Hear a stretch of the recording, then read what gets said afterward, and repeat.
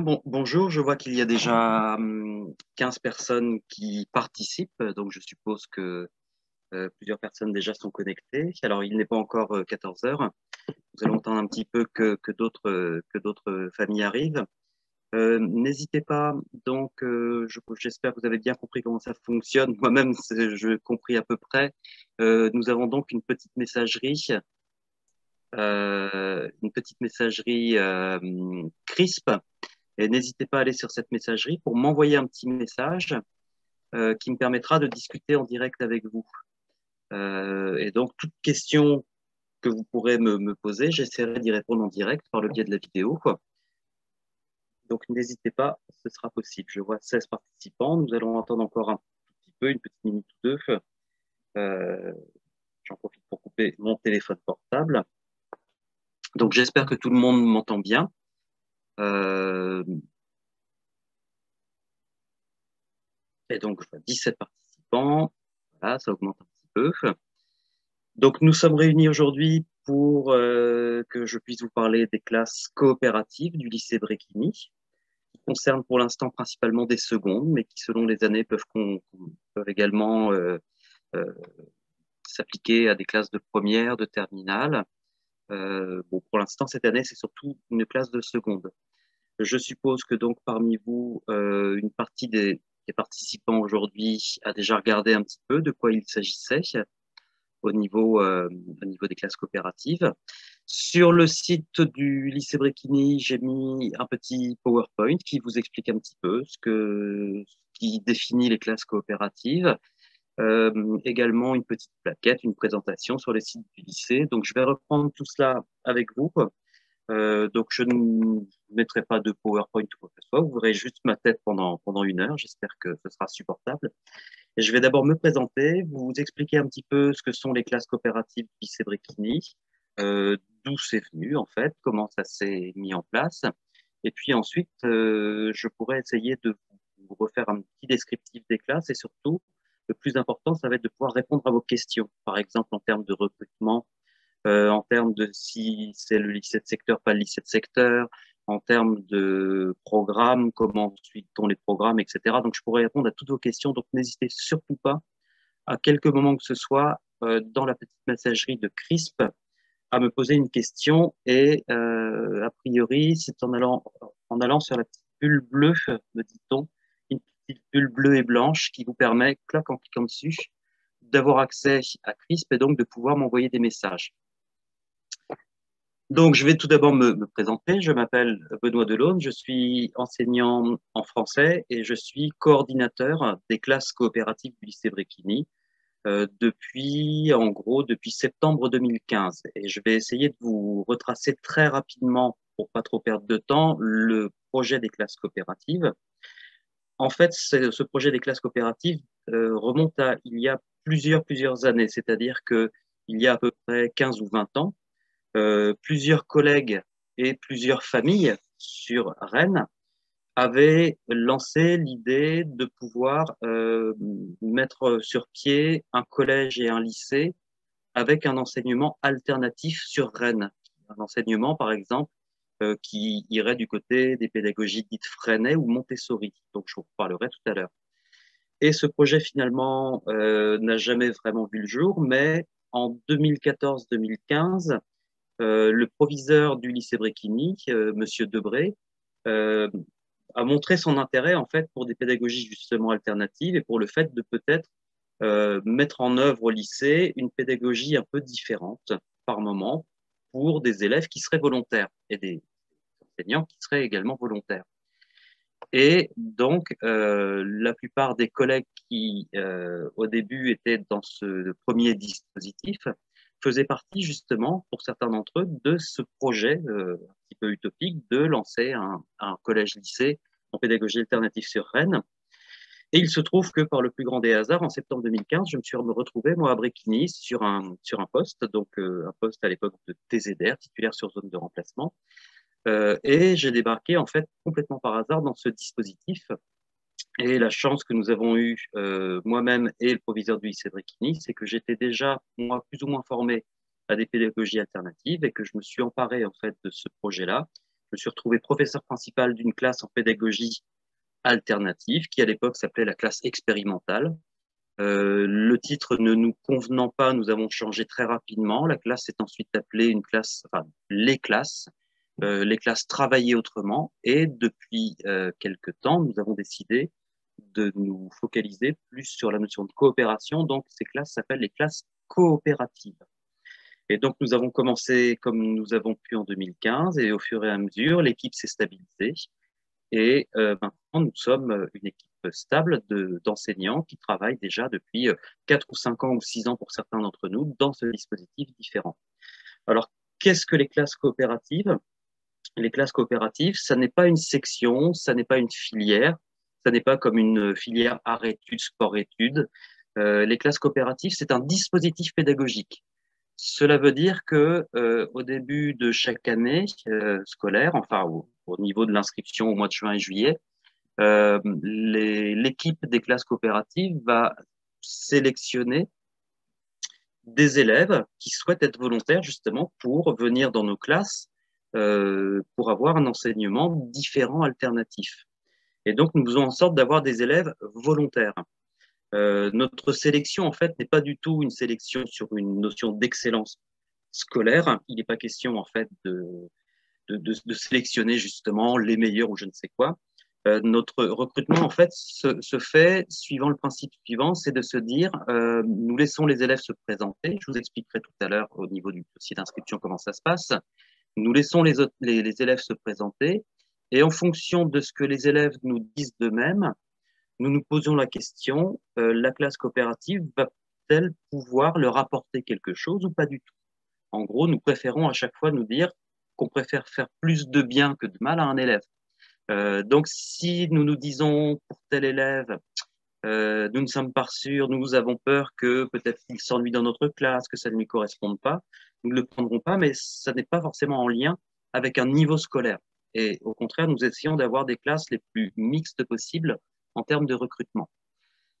Donc, pour vous expliquer un petit peu les classes coopératives, pour ceux qui n'auraient peut-être pas encore lu les petites plaquettes, le PowerPoint, donc dans cette classe coopérative de seconde cette année, par exemple, nous mettons en place un enseignement alternatif avec des pédagogies alternatives.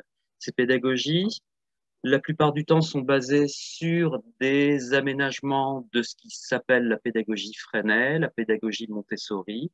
Certains de nos collègues utilisent également des systèmes qui s'apparentent aux classes inversées, mais sous une forme un petit peu différente. Certains utilisent plutôt des classes accompagnées. Euh, donc, ce que ça veut dire, c'est que nous n'avons pas de dogme ni de chapelle. Il n'est pas question pour nous de mettre en place un enseignement qui soit totalement fermé, qui soit absolument basé sur une pédagogie plutôt qu'une autre. Mais en fait, nous essayons de nous donner, en tant qu'enseignants, une liberté pédagogique la plus grande possible pour essayer de se mettre au service de la classe et des élèves d'une manière différente. Pour vous donner quelques exemples, au niveau du français, par exemple, puisque je suis professeur de français, je vais travailler, moi, de mon côté, en pédagogie Freinet. C'est-à-dire que dans le cours de français, je vais prendre le programme et je vais essayer de le faire différemment. Pour vous donner un ordre d'idée, le programme de français de seconde, que nous dit-il? Il nous dit que les élèves doivent étudier la littérature, doivent étudier le roman du 19e, 20e siècle à peu près, la poésie du Moyen Âge du 16e, du Moyen Âge du 16e siècle, des textes argumentatifs, du théâtre. Il faut faire de la grammaire, il faut faire de l'étude de la langue. Et nous disent les programmes, il faut que les élèves puissent euh, maîtriser la langue française suffisamment pour pouvoir argumenter dans des exercices de dissertation, de commentaires de texte, et avoir une connaissance de la littérature.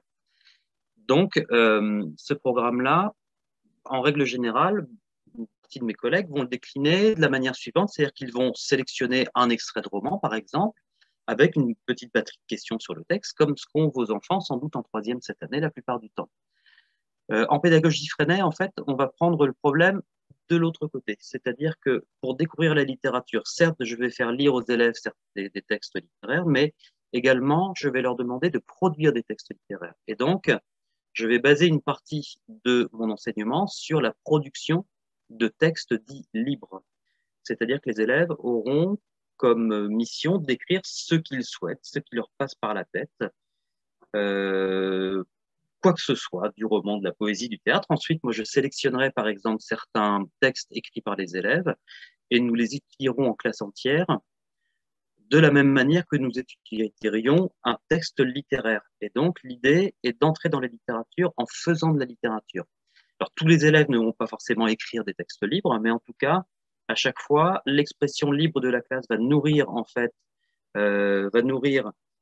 des œuvres, puisqu'il faut les appeler ainsi, que nous allons étudier en classe entière et qui vont nous permettre d'approcher la littérature. Et pour vous donner un exemple très, très parlant, il y a cela quelques années, une élève avait écrit un texte qui commençait quasiment comme le livre L'étranger d'Albert Camus, avec le même type de mise en œuvre narrative et le même type de vocabulaire. Et donc, pour moi, il avait été très facile justement de présenter ce texte-là à la classe, de l'étudier. La classe, voyant que c'était un texte qui venait de quelqu'un d'entre eux, était très contente d'étudier ce texte-là. Ça donne toujours une espèce de plus-value. Bon, allez savoir pourquoi. Et ensuite, pour moi, il avait été très, très, très facile, dans la foulée, de leur photocopier le début de L'étranger de Camus et de l'étudier avec eux en profondeur.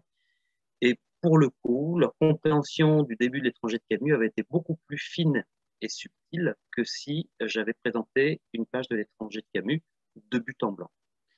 Voilà, donc ça c'est pour ce qui concerne le français. Pour ce qui concerne d'autres matières, par exemple la physique-chimie, la SVT, les mathématiques, on va être également sur des pédagogies alternatives qui seront pour le coup soit du côté des pédagogies Freinet, soit du côté des pédagogies Montessori.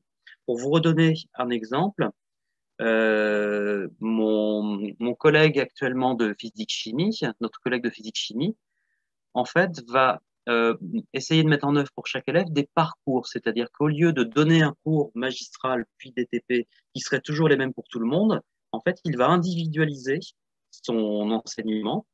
Et donc, en fait, au tableau, il va présenter aux élèves un parcours. Il va leur dire, écoutez, si vous voulez étudier l'électricité, vous pouvez l'étudier de 15, 20, 25, 30 manières différentes. J'ai une batterie d'activités que je peux vous donner, mais par contre, il va y avoir des points de passage obligés. Et donc, il va falloir que pour que vous puissiez étudier l'électricité, que vous commenciez par une première activité qu'on va faire ensemble. Et ensuite, en fonction de cette première activité, de quelques points de passage qu'il leur donne, les élèves vont choisir l'ordre dans lequel ils souhaitent travailler, un par un, sur l'électricité, en voyant d'abord telle chose, puis telle autre.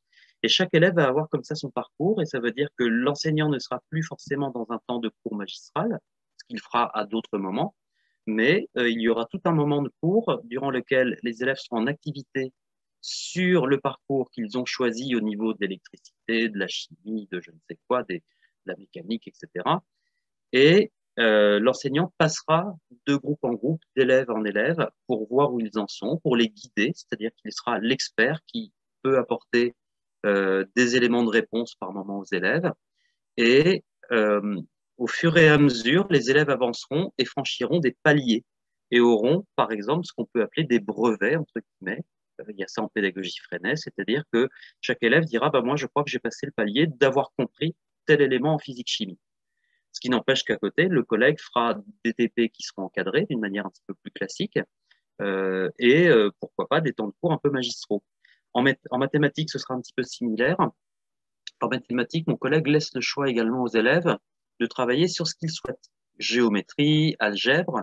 Mais par contre, un élève qui commence à travailler sur l'algèbre sait qu'au bout d'un moment, il faudra bien qu'il aille du côté de la géométrie. Les élèves auront chacun des fichiers qu'ils iront choisir dans la salle de classe, les fichiers qu'ils choisiront en fonction de ce qu'ils ont envie de faire, des équations, des problèmes mathématiques, enfin la théorie des ensembles, etc. Je ne sais quoi. Je suis pas très fort en maths, donc j'aurais du mal à vous dire. Et ensuite, chaque élève, lorsqu'il se sentira prêt, avec le collègue qui évidemment passe voir les élèves au moins 4 ou 5 fois ou 10 fois à chaque cours, c'est-à-dire que le collègue va de table en table, d'élève en élève, et le suit dans son parcours individuel. Et ensuite, une fois que l'élève se sent prêt, l'élève de lui-même se lève et va dans une armoire, l'armoire où il y a tout le matériel, chercher de lui-même l'évaluation qui correspond aux activités qu'il a pu faire. Et donc, il décide de passer l'évaluation non pas quand le prof l'a décidé, mais lorsque lui-même pense être au point. Et mon collègue va valider ensuite le nombre d'évaluations qui auront été passées lors du trimestre et le nombre d'activités qui auront été faites. Et ça lui permettra de donner, par exemple, une note. Un élève qui n'aurait produit qu'une activité durant un trimestre, mon collègue va lui secouer les puces un petit peu en lui disant mais ça va pas du tout, quoi. Et d'un autre côté, il va lui essayer de lui dire bah, pourquoi ça n'a pas fonctionné, pourquoi une seule activité, là où d'autres en font cinq. Et donc, ça veut dire que chaque élève aura sa progression. Et là, actuellement, cette année encore, nous avons certains élèves qui, arrivés au mois de février, ont déjà en fait fini le programme de seconde et sont déjà en train d'entamer un programme de première, voire même de première en spécialité S. C'est-à-dire ceux qui sont vraiment très très forts au niveau des mathématiques ne vont pas justement s'ennuyer, vont pouvoir aller à leur rythme. Alors, je vois que j'ai une question. Peut-on continuer la classe coopérative jusqu'au bac? Je vais vous y répondre tout de suite. Ça va dépendre des années. Et en fait, depuis l'an dernier, avec la réforme du bac, nous sommes en train d'essayer de revoir un petit peu nos activités. Pour vous donner un ordre d'idée, il y a de ça à peu près 3 ou 4 ans, nous avions 2 classes de seconde coopératives. Et à chaque fois, la question qu'on posait aux élèves à partir du deuxième trimestre, c'est dans quelle mesure souhaitez-vous continuer en première? Quel type de première? Première générale, première technologique? Et 2 années de suite, en fait, nous avons eu des élèves qui se dispersaient un petit peu partout, dans des filières technologiques, dans des filières générales. Mais tout de même, ce qui était ressorti pendant 2 années, c'est que nous avions des élèves un peu plus littéraires, entre guillemets. Et donc, 2 années de suite, nous avons pu créer une première L coopérative, qui ensuite s'est continuée avec une terminale L coopérative. Et donc, 2 années de suite, nous avons pu suivre comme ça une cohorte d'élèves jusqu'au bac. Par contre, avec la réforme du bac, avec toutes les spécialités, c'est beaucoup plus compliqué. Cette année, nous avons essayé de faire une classe de première un peu coopérative. Ça a été très compliqué en termes d'emploi du temps. L'administration a fait quelques petits cafouillages, donc cette classe n'est pas vraiment coopérative. Mais il n'empêche que peut-être l'année prochaine, nous allons essayer de continuer. C'est-à-dire d'essayer de mettre en place peut-être une classe de première coopérative. Mais en tout cas, ce que nous voyons depuis le début du dispositif, c'est que la classe de seconde coopérative, la plupart du temps, permet aux élèves de se raccrocher scolairement si besoin, en première ou en terminale. Et en fait, nous préparons nos élèves à la classe de première et de terminale, comme tout élève dans une classe de seconde, mais effectivement avec quelques particularités. Par exemple, pour vous donner un ordre d'idée, nos collègues des filières technologiques sont assez souvent assez contents d'avoir les élèves des classes coopératives parce que, nous disent-ils, nos élèves, lorsqu'ils sortent de la classe de seconde, sont assez autonomes. Je vous donne un exemple très très précis. En STI 2D, les filières donc de sciences et techniques de l'ingénieur en développement durable, donc c'est des filières d'ingénierie. Il arrive toujours un moment en début d'année où les élèves se retrouvent en atelier, dans un atelier avec des professeurs de techniques technologiques. Et les collègues leur disent, bah voilà, vous avez un atelier, il y a des outils, il y a des matériaux, il va falloir essayer de construire quelque chose, qui peut être de construire un drone, construire une petite voiture radiocommandée qui fait je ne sais quoi. Enfin voilà, ils sont dans plein de projets comme cela, d'ingénierie. Et souvent, les collègues leur disent, bah voilà, vous avez le matériel à disposition, débrouillez-vous. Et nos collègues nous ont déjà dit plusieurs fois, bah écoutez, ce qu'on voit chez les élèves des classes coopératives, c'est qu'ils ne sont pas forcément meilleurs que les autres, mais par contre, lorsqu'ils débarquent dans un atelier, la plupart des élèves qui viennent de seconde sont un peu perdus, restent un peu les mains dans les poches à regarder autour d'eux. Les élèves des classes coopératives, qui ont l'habitude déjà de travailler suivant des projets, des œuvres, etc., se mettent au travail tout de suite et n'ont pas de difficultés et ne sont pas gênés. Ils sont à l'aise, en fait. Ils sont à l'aise parce qu'ils ont déjà l'habitude de faire les choses par eux-mêmes sans qu'on ait besoin de leur répéter 10 fois ce qu'il y a à faire. Donc, si un enfant ne va pas ne fait qu'une seconde coopérative, c'est pas très grave. La plupart du temps, on voit dans l'extrême majorité des cas, les élèves ensuite se débrouillent très très bien en général ou en technologique. Alors, je vois 2 autres questions. Je vois Lionel qui me dit, mon parcours scolaire a été jusqu'à présent chaotique pour ainsi dire. Est-ce un bon profil pour rejoindre une classe coopérative? Je vais répondre oui et non.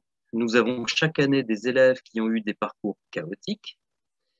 Après, nous, en classe coopérative, nous accueillons avec grand plaisir des élèves qui ont eu un parcours chaotique, mais à une seule condition, c'est qu'à partir du moment où on est chez nous, dans la classe coopérative, on arrête de geindre, on arrête de se complaire, on a une liberté très forte, mais par contre, cette liberté, elle doit être utilisée pour se mettre au travail. Et le mot que je mets toujours, toujours, toujours au centre de la classe coopérative, c'est le travail. Essayer de comprendre comment on peut prendre plaisir avec le travail scolaire. Et je m'appuie, entre autres, sur un petit livre de Célestin Freinet qui s'appelle Les invariants pédagogiques, qui date de 1966. Alors, c'est un petit peu daté maintenant, mais ce livre est essentiel. En gros, on laisse aux élèves une liberté assez forte, mais si cette liberté est utilisée pour juste dormir sur sa table ou faire le zouave pour amuser la galerie, ben, en règle générale, ces élèves-là, nous, on les garde pas, on les met dehors. On les met dehors et puis on les fait retourner dans une autre classe de seconde, par exemple. Donc, parcours chaotique, oui, on accepte sans problème. Au contraire, si c'est l'occasion de se dire, je veux travailler différemment, je veux me remettre en selle, on accepte avec grand plaisir. Mais je vous dis, la condition, c'est vraiment, vraiment de se dire, bah, à partir de maintenant, je suis dans une classe un peu différente avec des pédagogies alternatives. Je me prends en main. Je n'attends pas qu'on vienne me chercher. Je prends les rênes de mon propre destin et je me débrouille. Un de nos élèves cette année a trouvé une très, très belle formule. Si vous avez regardé le PowerPoint, il dit la classe coopérative nous permet de devenir qui l'on est et qui l'on veut être. Et donc, en gros, on reste qui on est en classe coopérative, mais ça nous permet de le devenir d'une manière un petit peu différente. Alors, je vois également que Dauphin m'a posé 2 questions, je vais regarder. Alors, Dauphin me dit, merci, je viens d'aller voir. Combien avez-vous de demandes chaque année? Ça va dépendre. Certaines années, nous avons à peu près 40 à 45 demandes, donc on remplit une classe de 35-36 élèves. Certaines années, ça peut être 70 demandes, et il y a même une année où il y avait eu à peu près 150 ou 160 demandes. Et donc là, on était bien embêtés pour pouvoir choisir. L'an dernier, alors effet confinement sans doute, les portes ouvertes ont eu lieu de manière enfin, en présentiel. On a eu beaucoup moins de monde que d'habitude, ça a été plus compliqué. Et par exemple, pour vous donner un ordre d'idée, donc l'an dernier, on a rempli la classe et on a refusé, je crois, 2 ou 3 élèves. Mais finalement, tout le monde a été pris. Alors que l'année d'avant, il avait fallu refuser à peu près 20-25 élèves. Et c'est toujours terrible pour nous parce qu'on se dit que ces élèves sont volontaires. Ils ont rempli le petit dossier, donc on aimerait bien toujours les prendre. Combien d'élèves par classe? Alors, combien d'élèves par classe? 35 à 36 élèves par classe, comme toute classe de seconde. Les seuls moyens supplémentaires que nous avons sont d'avoir en fait une salle spécifique à la classe coopérative.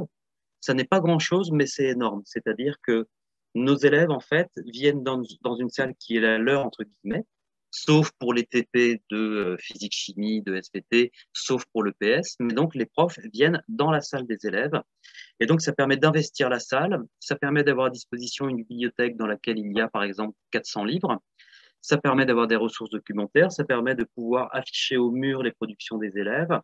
Et ça permet de créer un espace réellement de travail dans lequel on va rester sans avoir besoin à chaque heure de prendre ses affaires pour aller à l'autre bout de l'établissement. Et donc, effectivement, c'est très, très important. Pour nous, c'est très important d'avoir cette salle. Et donc, c'est le seul moyen supplémentaire que nous avons. Et donc, nous sommes à peu près à 35 élèves par classe. Cette année, je crois que nous sommes à 34 dans la classe.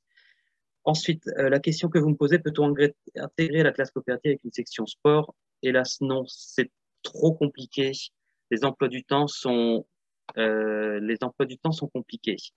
D'autant plus compliqué cette année, enfin, depuis l'an dernier avec la réforme du lycée, qui ne nous facilite pas la tâche. Donc, hélas, les sections sport-études les sections sport-études et art-études ne sont pas compatibles avec les classes coopératives. Et nous en sommes bien désolés d'ailleurs. Hein. C'est pas du tout une volonté de notre part, mais c'est que ce serait beaucoup trop compliqué en termes d'emploi du temps. Alors, quelqu'un m'écrit en disant: j'avais assisté à un exposé génial sur les monnaies il y a quelques années dans la salle polyvalente du lycée.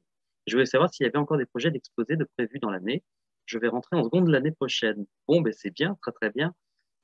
Pour l'instant, non. Pour l'instant, les conditions sanitaires font que ce qu'on faisait à certains moments, c'est-à-dire des grandes expositions collectives, cette année, c'est compliqué. C'est-à-dire que on ne peut pas prendre le risque. Nous fonctionnons déjà en demi-groupe cette année, ce qui en soi n'est pas forcément un mal, puisque ça nous permet de travailler différemment. Mais nous ne pouvons pas nous permettre de faire venir 20, 30, 50 personnes dans une salle. Il y a toujours le risque sanitaire qui est là. Par contre, nous allons essayer cette année de participer peut-être à un fanzine, à un journal du lycée. Nous sommes dans l'écriture, par exemple, de romans pour les élèves de seconde. Donc, nous allons peut-être essayer de valoriser ces projets-là, peut-être soit en les mettant en ligne, soit en faisant des petites présentations, pourquoi pas des petites présentations, capsules vidéo par les élèves, qui feraient comme des petits exposés virtuels, pourquoi pas. Vous voyez, vous êtes en train de me donner une idée intéressante. Et donc, vous rentrez en seconde l'année prochaine. Eh bien, c'est très bien. Je vais reprendre un petit peu le fil de ce que je disais. Donc, mais n'hésitez pas, posez-moi des questions, on est là pour ça. Vraiment, n'hésitez surtout pas à me poser des questions et j'essaierai d'y répondre. C'est vraiment le plus important puisque finalement, toutes les infos que je vais pouvoir vous donner à l'oral, vous les avez sur la petite plaquette des classes coopératives, sur le PowerPoint, sur la présentation des classes, tout ce qu'il y a en fait sur le site du lycée Bricquini. Si vous regardez du côté de classe coopérative, vous aurez plein de documents que j'ai rédigés qui normalement vous permettent de comprendre à peu près de quoi il retourne. Et donc, profitez de ce moment, vraiment n'hésitez pas pour me poser le plus possible de questions. Ça me permettra d'y répondre en direct. Et donc, je disais en préambule, au début de cette présentation, que chaque année, donc, nous avons une classe de seconde, certaines années, une classe de première, une classe de terminale, et puis même, et on verra en fait, en fonction de cette année, il nous arrivait de suivre les élèves également sur des premières et des terminales technologiques. C'est-à-dire que si, par exemple, nous avons 10 ou 15 ou 20 élèves qui veulent suivre un enseignement en première STI 2D ou ST2S, donc ingénierie en développement durable ou sanitaire et social, eh bien, à ce moment-là, si nous voyons qu'une cohorte se dégage, nous ferons en sorte peut-être de les suivre, à être au moins 4 ou 5 enseignants du tronc commun à les suivre, par exemple en français, par exemple au niveau, pourquoi pas des mathématiques, de l'histoire géo, des langues. Donc on essaye à chaque fois. Donc, si vous voulez, en fait, la classe coopérative n'est pas un système fermé avec une seconde, une première, une terminale qui serait définie par les profs, mais c'est avant tout une seconde qui peut être un sas vers d'autres classes, vers des classes de première. Et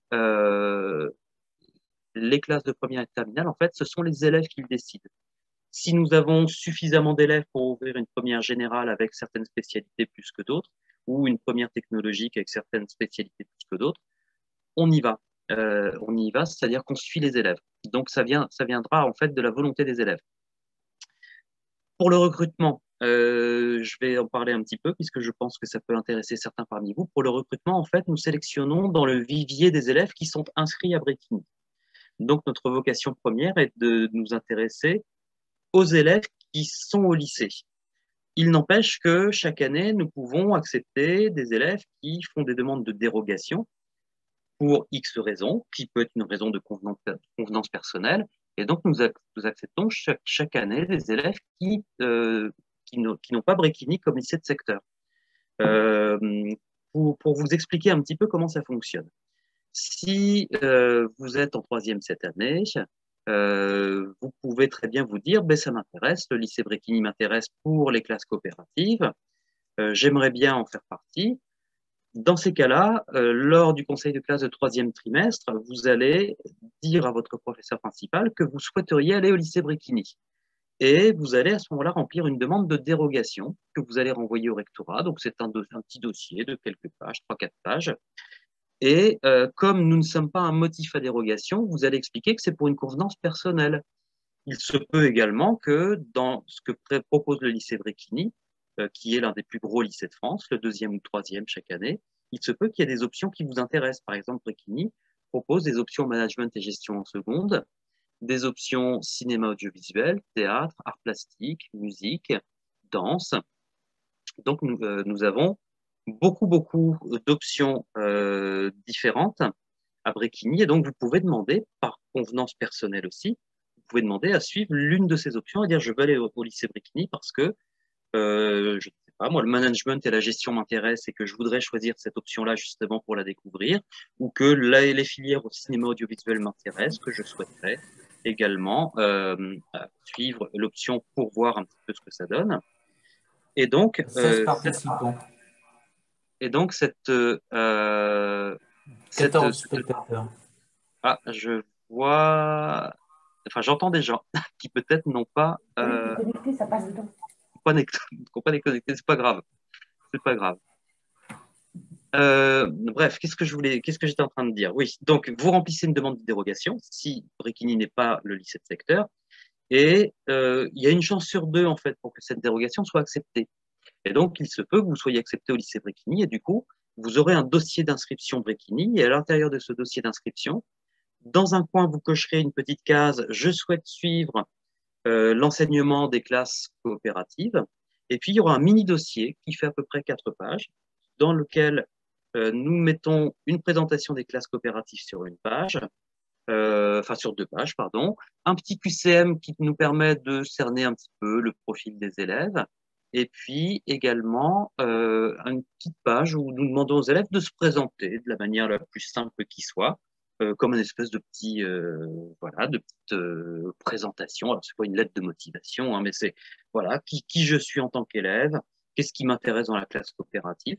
Et nous faisons notre sélection ensuite, enfin notre recrutement, en fonction de ce que les élèves nous auront dit et de ce que nous verrons dans le petit QCM et des contacts que nous aurons pris avec les familles en amont. Et donc, voilà, si vous n'êtes pas en lycée de secteur Bréquigny, vous faites votre demande de dérogation, il y a une chance sur deux d'être accepté. Si jamais vous n'étiez pas accepté pour votre demande de dérogation, vous avez aussi la possibilité, le jour où vous recevez le courrier de la DIVEL, c'est le service qui gère justement les affectations au rectorat, si la DIVEL vous dit votre dérogation n'est pas acceptée, vous pouvez toujours faire un recours.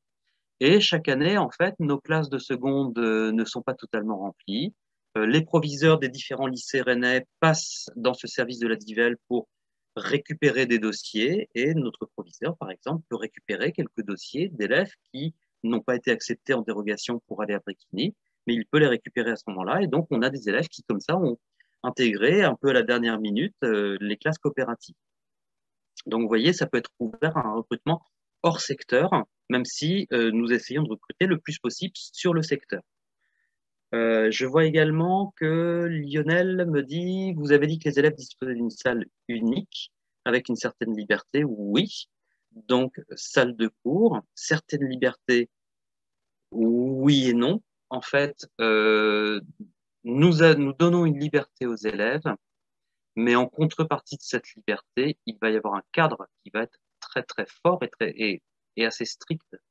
C'est-à-dire que pour se permettre d'avoir 35 élèves qui travaillent tous sur quelque chose de différent par moment, sur certaines activités, nous devons nous tenir à des règles qui sont encore plus fortes que dans les autres classes, des règles de respect de l'autre, des règles de ne pas juger les autres, d'être dans une ouverture d'esprit, de ne pas déranger les autres et donc de ne pas bavarder, par exemple.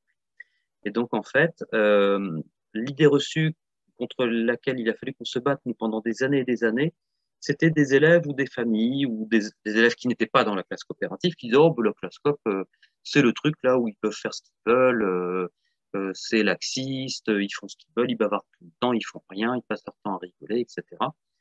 Pas du tout. Pas du tout. Et même au contraire, la classe coopérative peut avoir un côté très contraignant. C'est-à-dire que si vous êtes en activité sur je, je vais vous donner un exemple concret. En début d'année, on avait lancé des œuvres avec les élèves et un groupe d'élèves, par exemple, travaillait sur une pièce de théâtre autour de la mythologie grecque et romaine. Sujet qu'ils s'étaient choisi eux-mêmes. C'est-à-dire qu'à aucun moment, moi, je leur ai dit, faites-moi une pièce de théâtre avec la mythologie. Non, ils avaient voulu le faire. Et faire une pièce comique et anachronique en reprenant tous les dieux des mythologies grecques et romaines et en les balançant dans une pièce de théâtre comique et anachronique. Et donc, ce groupe d'élèves, qui était quasiment une dizaine, travaillait point par point, se répartissait les tâches. Et puis, à plusieurs reprises, en début d'activité, j'ai été obligé d'aller les voir en leur disant, bah, écoutez, vous êtes en train de déranger un autre groupe qui travaille sur un fanzine qui est en train de recenser des textes, d'écrire des textes, vous faites trop de bruit. Et donc, ces élèves-là, de même, on dit, bah oui, on fait trop de bruit, donc effectivement, on est en train de gêner les autres. Et nous, si on commence à rédiger ce qu'on est en train de dire là, bah, si eux se mettent à parler, eux vont nous déranger. Donc, il va falloir qu'on se débrouille les uns les autres pour ne pas empiéter sur le terrain des uns et des autres. Et de même, ils avaient décidé de se répartir les tâches et de se mettre par petits groupes de 2 et de 3 et de ne pas rester une espèce de grande cohorte de 10 élèves pour pouvoir gérer leur volume sonore plus facilement. Donc, vous voyez, en fait, on aura un système un petit peu d'autogestion au niveau de la classe, c'est-à-dire d'élèves pour qui on va essayer de faire en sorte qu'ils puissent gérer le volume sonore, gérer leurs relations avec les autres. On fait la chasse également très très très très fort en début d'année à tout ce qui peut être harcèlement, tout ce qui peut être attitude humiliante, dégradante, le racisme, la xénophobie, les blagues sur les petits, les gros, les maigres, les blondes, les bruns, les brunes, etc. Ça, chez nous, il n'en est plus question du tout, du tout, du tout. Nous sommes impitoyables avec ça. Et on essaye en fait de revenir à des choses essentielles, c'est-à-dire retrouver des comportements à peu près humains les uns envers les autres et ne pas être dans le jugement de l'autre, ne plus être dans la compétition. Coopérer, ça veut dire faire œuvre ensemble. Et en fait, d'une certaine manière, nous estimons, professeurs comme élèves, que la classe coopérative, chaque année, c'est une œuvre en devenir. Et pour que l'œuvre soit belle, il va falloir faire en sorte que les intervenants de cette œuvre soient les plus respectueux possibles de l'œuvre et soient dans le plaisir de faire les choses et ne soient plus dans ce qu'on pourrait appeler par moment des leaders négatifs. C'est-à-dire qu'on essaye de sortir, par exemple, des élèves qui s'ennuient, on essaye de les sortir de l'ennui. Euh, nous sommes plusieurs à estimer en classe coopérative que le pire pour un être humain et pour un élève, c'est de s'ennuyer. Certains nous disent, mais l'ennui, c'est très bien, c'est formateur, etc. Pas du tout. Moi, je suis pas du tout d'accord avec ça. Pour moi, l'ennui, c'est quelque chose qui est plutôt morbide. Et nous essayons en fait de faire en sorte que nos élèves soient tout le temps, tout le temps, tout le temps, enfin le plus souvent possible en activité, qu'ils ne soient pas passifs à attendre quelque chose, mais qu'ils soient en action. Et pour lutter contre l'ennui, dans une classe traditionnelle, hélas, de temps en temps, nous voyons des élèves qui, pour passer le temps, vont s'amuser entre guillemets et vont s'amuser aux dépens des autres, par exemple. Et très souvent, en classe de seconde, par exemple, le harcèlement arrive lorsque un ou des élèves ne savent pas trop quoi faire, trouvent que le cours de français n'est pas intéressant pour X raisons, et qui donc se disent bah, c'est pas intéressant, donc bah, je vais essayer de me débrouiller un peu pour rendre ça intéressant. Ah bah tiens, je vais me moquer de un tel ou de un tel, et puis comme ça, je vais passer le temps. Et donc chez nous, justement, on essaye de couper l'herbe sous le pied à tous ces fonctionnements-là. Et d'ailleurs, ce qui est significatif, c'est que cette année, en classe coopérative, on a mis sur la table très très rapidement, enfin les élèves d'eux-mêmes en cours de français ont mis sur la table les problèmes de harcèlement scolaire très très rapidement, au bout de à peine 2 semaines de cours. Nous avons passé 2 heures à étudier des textes de certains élèves qui évoquaient le harcèlement qu'ils avaient subi au collège. Euh, Ça a été comme un espèce de moment de thérapie collective, sans doute pour eux. Alors, c'est toujours des séances où moi, je suis à peu près à l'aise, mais on fait toujours attention à ce qu'on va dire, parce que on marche sur des œufs. Mais je m'étais rendu compte que, hélas, quasiment une quinzaine des élèves de la classe de 35 cette année se disaient en fait victimes à des degrés divers de quelque chose qui ressemblait à du harcèlement, ou en tout cas verbaliser un mal-être au niveau de ce qu'ils avaient vécu au collège. Et l'un des objectifs que nous avons en classe coopérative, justement, je dirais l'effet secondaire, c'est que si on travaille différemment, on peut peut-être essayer de retrouver le goût du travail scolaire et on peut essayer de se remettre en selle et du coup, ça peut permettre d'aller au-delà de ce qu'on a pu vivre au collège, de ce qu'on a pu vivre de parfois traumatisant au collège. Et donc, on voit des élèves qui souvent sortent de classe coopérative et se sentent beaucoup mieux que lorsqu'ils y étaient rentrés. Mais ça, c'est un effet secondaire. Ce qui est au centre de la classe, c'est avant tout le fait de travailler avec des pédagogies différentes. Et ces pédagogies différentes vont faire que, par moment, je vous dis, l'effet secondaire va être que des élèves se sentent mieux au niveau de leur parcours scolaire, disent, bah voilà, j'ai enfin trouvé un sens à mon parcours scolaire, j'ai enfin trouvé ce qui m'intéressait au niveau de ce que je pouvais faire à l'école. Et on essaye de plus en plus de mettre en œuvre des projets transversaux. Je vais juste vous donner un ou deux petits exemples et ensuite je vais vous laisser me poser des questions parce qu'il ne reste plus que 20 minutes. Le temps tourne, hélas, très très vite. Par exemple, l'an dernier, nous n'avons pas pu le faire, mais on a failli le faire. Mais le confinement ne nous a pas laissé le loisir de le faire. Les élèves, l'an dernier, avaient voulu préparer ce qu'ils appelaient une clean walk, c'est-à-dire parcourir le lycée et nettoyer une partie du lycée, une superficie du lycée. Et on leur avait dit pourquoi pas, vous pouvez pourquoi pas nettoyer la partie du lycée, ça peut être intéressant. La condition, leur avait-on dit, c'est que vous puissiez réutiliser ça dans plusieurs matières. Et donc, on avait déterminé que peut-être on réussirait à avoir le plan cadastral du lycée Brétigny pour que les élèves déterminent un périmètre spécifique, qu'ils en calculent l'air, la longueur, la largeur, enfin, qu'ils fassent un calcul mathématique, et ensuite se dire, bah, on va y passer 1 heure ou 2 heures, et en fonction de ça, pourquoi pas faire des statistiques du nombre de déchets qui ont été collectés pendant 1 heure, pendant 2 heures, en fonction du nombre de mètres carrés parcourus, etc. Présenter ça ensuite auprès de l'établissement. Donc, ça supposait là de mobiliser le français, de faire un petit communiqué de ce qui avait été fait, un travail argumentatif. Et vous voyez, en fait, on se disait que ce projet transversal allait pouvoir permettre, pourquoi pas, de faire du français, des maths, de l'anglais, de l'espagnol, de la SVT, de la physique, de manière différente.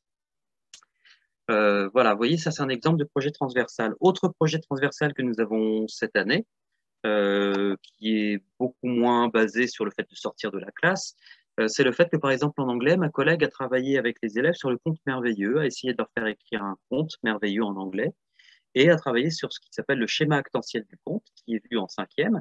Ensuite, en français, moi, j'ai revu le schéma actantiel et je l'ai remis en lien avec des textes que nous étions en train d'étudier.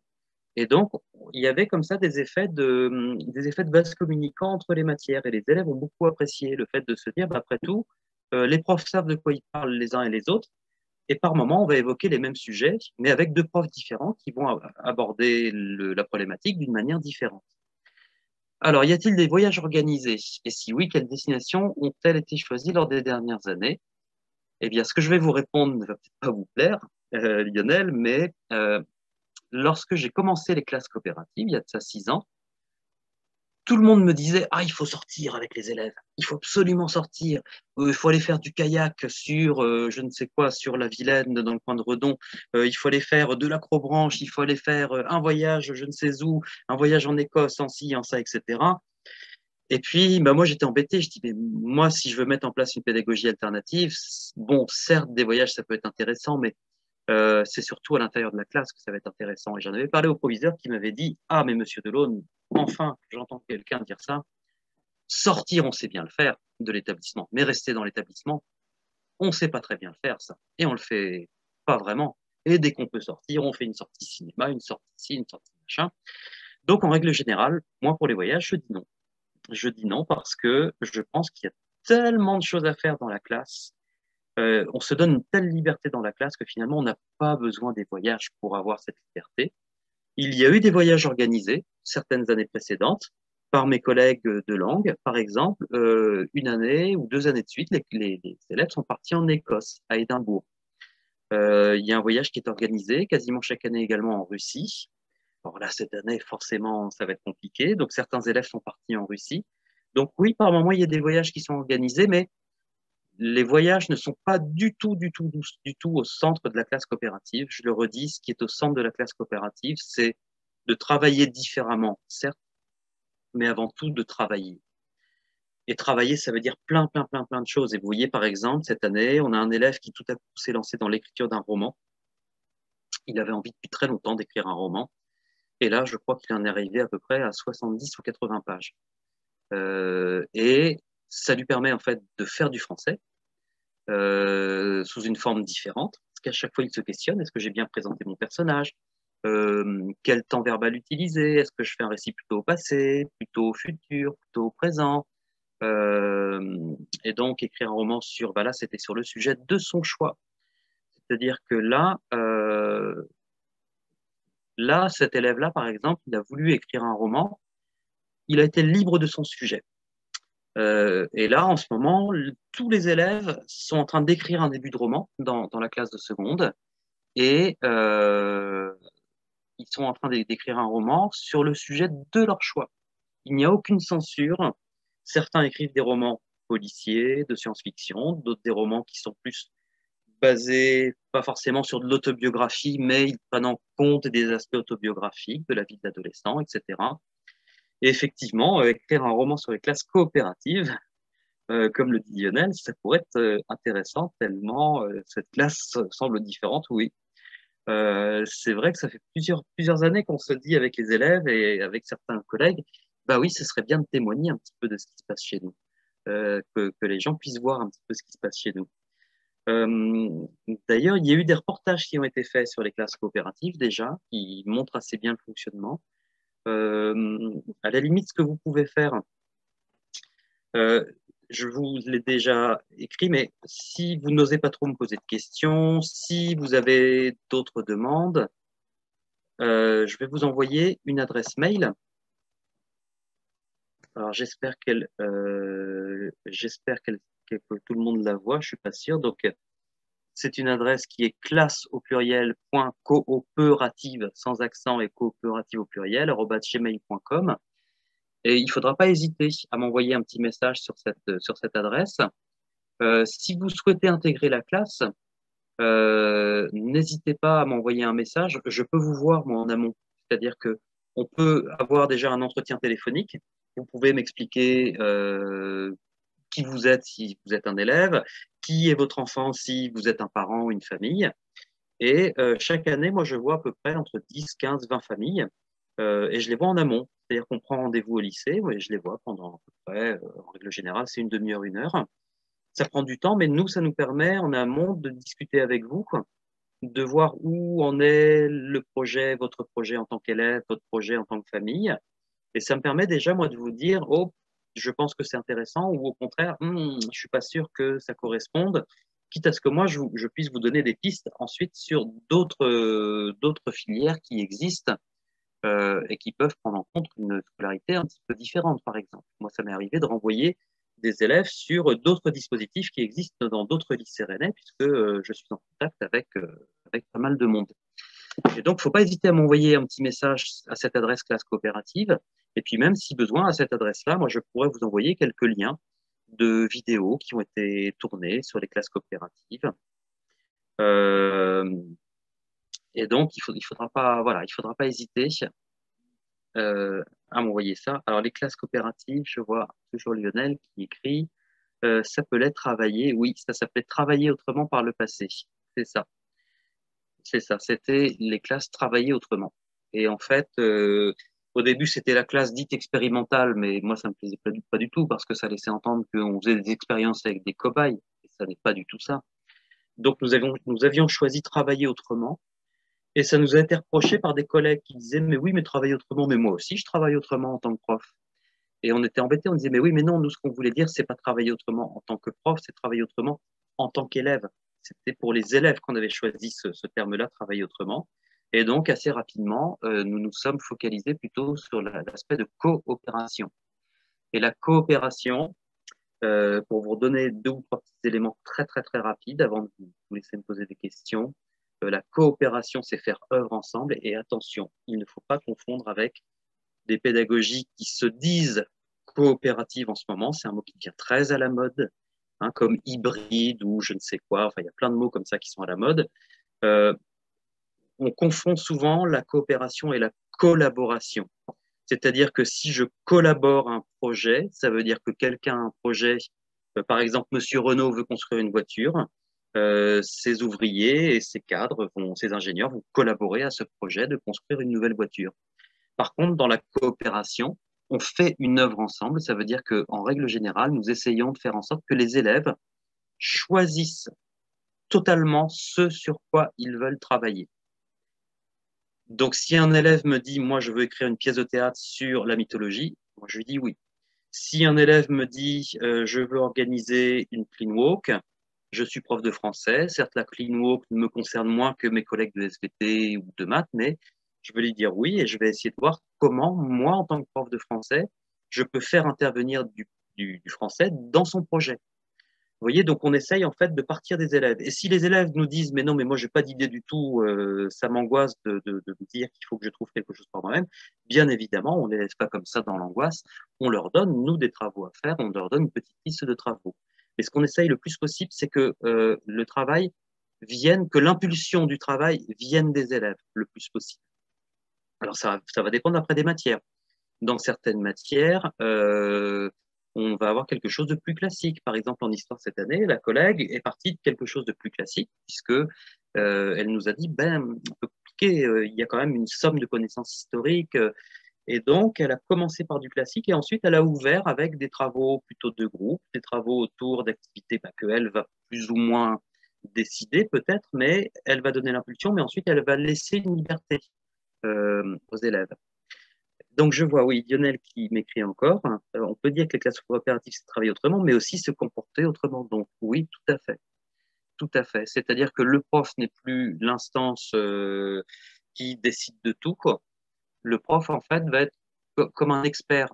Moi, par exemple, je me suis pas vraiment présenté tout à l'heure, mais donc je suis agrégé de lettres modernes. Également, j'ai un doctorat en littérature générale et comparée. J'ai une expérience de 7 ans de formateur pour adultes. Une certification complémentaire donc qui me permet d'enseigner l'histoire de l'art. Vous voyez, j'ai beaucoup de diplômes, etc. Et donc, je suis un expert. Et donc, lorsqu'un élève vient me voir, ça n'est pas pour avoir la bonne parole du prof, mais c'est parce qu'il va me dire, bah, tiens, je suis en train d'écrire un texte ou en train d'étudier un texte, j'ai besoin de quelqu'un qui s'y connaît, un expert en littérature, qui va pouvoir peut-être me guider dans ma recherche. Donc, on essaye de mettre en avant une démarche expérimentale, on essaye de mettre en avant le fait que les élèves travaillent et vont découvrir les choses par eux-mêmes, et nous allons les guider dans leur recherche, au fil de leur recherche, puisque nous serons des experts, entre guillemets. Et donc, les élèves vont effectivement se comporter autrement, c'est-à-dire que chez nous, il est hors de question de rester dans le fond de la classe et de dormir. Dans une classe un peu plus traditionnelle, moi ça m'est arrivé d'avoir des classes comme ça, on a un cours un peu magistral, l'élève qui est sur l'estrade qui dispense son cours, et les 10 élèves devant écoutent sagement, gentiment, parce qu'ils ont envie. 10-15 élèves derrière écoutent une fois de temps en temps parce qu'ils ont moyennement envie. Et puis, il y en a une dizaine qui soit fait semblant de faire d'être là et n'est pas là, soit carrément dort sur sa table. Moi, je refuse ça. Je refuse qu'un élève fasse semblant d'écouter. Je refuse qu'un élève fasse semblant de travailler. Pour nous, un élève, quand il est en cours, le temps est précieux. 1 heure de notre temps, c'est 1 heure précieuse. Et donc, je refuse qu'on utilise 1 heure de temps à l'école, de ce temps précieux, pour ne rien faire. Pour nous, 1 heure de cours, c'est 1 heure de travail et si possible, 1 heure de plaisir. On essaye de mélanger le plaisir et le travail. Lorsque les élèves commencent à travailler par eux-mêmes sur certaines activités, ils découvrent qu'en fait, le français peut les intéresser si ils veulent faire telle chose, que les maths peut les intéresser s'ils veulent faire tel type de choses, la physique, la chimie, l'anglais, etc. Et donc, en fonction des projets des élèves, on essaye de redonner le goût au travail et de remettre le travail au centre. Vous voyez que très souvent, les élèves sont surpris et les familles aussi. Le mot qui revient le plus dans ma bouche, c'est le mot de travail. Non pas du tout de liberté, de laxisme, de je ne sais quoi, c'est le terme de travail. Des élèves extérieurs peuvent-ils venir faire une journée d'observation? Oui, ça nous est arrivé de le faire. On peut se débrouiller. On peut faire une mini-convention de stage sur une journée, par exemple, et vous pouvez venir observer. Alors, on le fait très, très peu, puis là, avec les conditions sanitaires, c'est compliqué, mais pourquoi pas? En fait, surtout, le plus important, Lionel, ce sera peut-être de m'envoyer un petit message à l'adresse classe.coopérative@gmail.com, de me dire coucou, c'est moi, j'étais là lors du chat, etc. Est-ce qu'on peut se parler au téléphone? On s'appellera. Je pourrai discuter avec vous ou avec votre famille et on essaiera de prendre rendez-vous déjà pour se voir. Et ensuite, en fonction de ce que va donner ce rendez-vous-là, pourquoi pas assister à une journée, par exemple, dans notre classe, ou à 1 heure ou 2 de français, ou de mathématiques, ou autre chose. Je vais m'arrêter de parler tout de suite, parce que je suis très, très, très bavard. J'espère avoir répondu à peu près aux questions que vous vous posiez, mais surtout, n'hésitez pas, il nous reste 6 minutes, n'hésitez pas à vous emparer de ce temps pour me poser des questions. Vraiment, vraiment, n'hésitez pas, c'est important. Ce sera plus simple là si je peux y répondre tout de suite. voyez que j'ai pas utilisé de PowerPoint, de présentation de ci, de ça. Vous avez tout sur le site. J'ai préféré parler en direct. J'espère que ça n'a pas été trop magistral. Vous voyez que c'est pas du tout coopératif ce que j'ai fait, hein. C'était vraiment un cours magistral à l'ancienne. Mais en tout cas, n'hésitez surtout pas à me poser une question. Je peux y répondre. Et je vous dis avec l'adresse mail classe au pluriel .coopérative au pluriel @gmail.com. N'hésitez surtout pas à m'envoyer un message. J'y répondrai dans la journée, dans les 2 jours. Les élèves ont-ils accès à leur salle en dehors des heures de cours? Non, hélas non, parce que il faut qu'il y ait toujours la surveillance d'un adulte. Donc, ça nous est arrivé une année d'avoir un service civique qui pouvait rester là. Euh, bon, on n'exclut pas peut-être de demander à quelqu'un d'autre. Alors parfois on se débrouille. Certains de mes collègues sont là pour un petit peu plus longtemps. La salle est ouverte et personne ne l'utilise, personne d'autre que la classe, et du coup on peut l'ouvrir un petit peu. Mais hélas non, c'est vrai que ce serait l'idéal, ce serait que la classe soit ouverte tout le temps. Mais vous voyez que à Bréquigny, en fait, nous avons choisi un système qui est un petit peu différent, c'est-à-dire que par exemple, le lycée de La Ciotat, qui a une filière Freinet, près de Marseille, ils ont carrément un bâtiment à eux. Et donc, ils l'utilisent tout le temps. Nous sommes une petite structure au milieu d'un immense lycée. Et donc, nous avons choisi d'immerger nos élèves dans le lycée pour ne pas créer, en fait, une classe ghetto, pour ne pas que tout à coup nos élèves soient des élèves absolument différents. Non, ce sont des élèves de seconde qui font le même programme que d'autres élèves de seconde, mais ils le font différemment. Alors, si on n'a pas le niveau suite à la seconde coopérative, est-ce qu'il est possible d'aller en bac professionnel? Tout à fait, oui. Ça, à ce niveau-là, de toute façon, dites-vous que Bréquigny, c'est, là, je vous dis, le deuxième ou troisième plus gros lycée de France. Et donc, du coup, on a la chance d'avoir quasiment tous les types de bacs à Bréquigny. Et ça veut dire que si on voit rapidement que vous n'avez pas le niveau comme vous dites, ou plus, enfin, moi, je parle pas de pas avoir le niveau. C'est pas une question de niveau. En fait, c'est de se dire, est-ce qu'on a l'appétence pour des activités intellectuelles ou est-ce qu'on a plus d'appétence pour des activités qui, par moments, sont un petit peu plus manuelles, qui sont un peu plus concrètes. Et ce qu'on fait, c'est que, par exemple, mon collègue en maths avec son système, au bout de 3 semaines à peu près, en règle générale, quand il voit les élèves qui se mettent en activité sur des choses très différentes les uns des autres, il voit où il maths. Tout de suite, tout de suite, tout de suite. Et moi aussi, très souvent, tout de suite, je vois où en sont les élèves. Et ça nous permet très rapidement, si besoin, de dire à un élève ou est-ce qu'on ne pourrait pas penser peut-être à un passage dans une seconde professionnelle? Et donc, on peut préparer l'orientation très, très, très en amont. En fait, on commence à préparer l'orientation des élèves quasiment la première journée de cours. Comme on demande aux élèves de faire des activités par eux-mêmes, ça nous permet très souvent d'évaluer leur niveau quasiment dans toutes les matières. Euh, Plus facilement peut-être que dans certaines classes. Et donc, très rapidement, on peut voir cette question du niveau. Et je vous dis, nous, on raisonne plus en termes de niveau, en fait. On raisonne en termes d'appétence, de savoir dans quoi on peut s'accomplir les uns et les autres. Mais en tout cas, oui, on peut avoir des passerelles et on le fait quasiment tous les ans. Ça nous arrive d'avoir des passerelles vers d'autres filières. Voilà, il est 14h58. Vous voyez, le temps a vite passé comme je suis un grand bavard. Je suis très content d'avoir pu parler, dialoguer avec certains parmi vous qui m'ont posé des questions. Euh, N'hésitez pas à m'en reposer encore, il nous reste une toute petite minute. Voilà, je vois Visitor 2053 qui va me poser une petite dernière question. Merci beaucoup, bah, écoutez, merci à vous en tout cas. Et donc, bah, n'hésitez pas. En fait, je crois que le plus simple pour vous, si vous avez l'impression que la classe coopérative peut vous convenir en tant qu'élève ou peut convenir à votre enfant si vous êtes des parents aujourd'hui à me regarder, donc n'hésitez pas sur le site de Bréquigny. Vous allez dans l'onglet classe coopérative. Vous regardez une petite présentation. Il y a un petit PowerPoint que j'ai fait, alors qui est pas très gai parce qu'il n'y a pas de musique, c'est tout muet, c'est pas exceptionnel, mais bon, il y a beaucoup de texte, mais c'est pareil, ça vous présente, j'essaye vraiment de vous présenter les choses le plus globalement possible. Et puis surtout, bah, vous n'hésitez pas à m'envoyer un mail à l'adresse classe au pluriel .coopérative au pluriel @gmail.com. J'y répondrai le plus rapidement possible. Je réponds toujours à toutes les demandes qui sont faites, donc n'hésitez surtout pas euh, à me poser des questions et on peut toujours se voir. Il n'y a aucun souci, on peut se voir au lycée, on peut prendre rendez-vous, on peut discuter par téléphone. Alors, je vois Lionel qui dit merci beaucoup. Cette heure m'a énormément. Merci beaucoup, me dit Lionel. Cette heure m'a énormément intéressé. Votre présentation était excellente. Je suis à fond derrière les TA. Les travailler autrement. Bon, bah, écoutez, très bien. Je suis content que ça vous ait intéressé. Je vous dis merci. Et donc, je vais laisser la place maintenant à mon collègue. N'hésitez pas. Je réinsiste lourdement, mais n'hésitez pas. Je serai disponible. Moi ou certains de mes collègues, nous serons disponibles. Et je laisse la place à mon collègue Laurent Ruffy. Laurent, c'est à toi.